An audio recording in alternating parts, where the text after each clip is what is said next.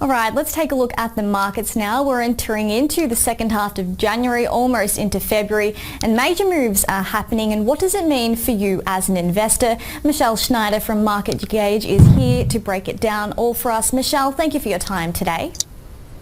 Nice to meet you, Brittany. It's lovely to have you on.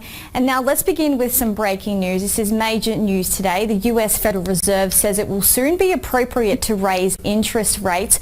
What does this mean for the markets here? Well, the word soon was the operative word in Powell's talk today.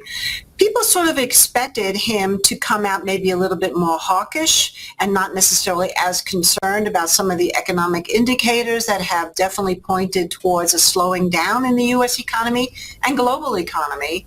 And instead, he really was more wishy-washy in that I'll be watching the statistics, obviously the dot plot, ready to act and ready to raise. We're aware of inflation, but yet the bottom line is that he wasn't really definitive. So at first, the market liked it. And then after I think the market stepped back and thought about it, and of course also with other risks going on, namely the Russia-Ukraine story you just reported, the market has now proceeded to sell off. And if we just step back, this is in the complexion of an entire week that has been extremely volatile.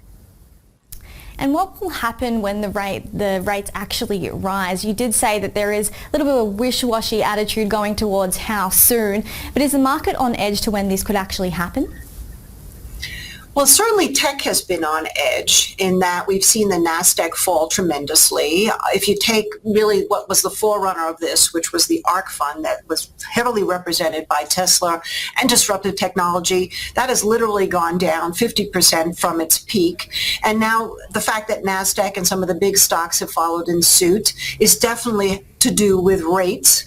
And of course, a lot of these companies, apart from the biggies like Apple and Microsoft in particular, or NVIDIA, that have strong balance sheets, the companies that have weaker balance sheets that have counted on 0% interest to be able to borrow money for nothing to stay afloat, that puts them in jeopardy. And even the bigger growth companies like Microsoft, which had unbelievable earnings and rallied as a result, of course, is going to feel the pressure of everything. And that's essentially, I think, what's happening here, is that we're getting into a shift of 12 years of free money by the Fed is definitely going away. It's just as a matter of when, not if. And also, speaking of risks and how the market is reacting there, let's take a look at the Ukraine and the Russia invasion fears. What effect is this having on the markets, and what's happening here? Can you break us down for us? Well, I think that the market partly has been selling off this week because of fears of that. And certainly if you're looking at commodities, there are certain commodities that have been going up as a result, like the energy prices are still going up, oil prices going up, wheat, which is a huge export of Russia, also going up. And so I think that the market is preparing. However, it hasn't fully sunk its teeth into exactly that we will go into full-on war or that we will have some kind of military action, because there are still hopes of some level of diplomacy. Of course, but I think the thing that the market is trying to sink its teeth into the most, from what I'm seeing, is whether or not really we are evacuating Americans from the Ukraine. That, I think, would be probably a more bolder sign that things are going to heat up there, and that will not be happy for the market for sure. Seems like this time last year we were worried about the pandemic and the new variants that were having effect towards the markets, waiting to see.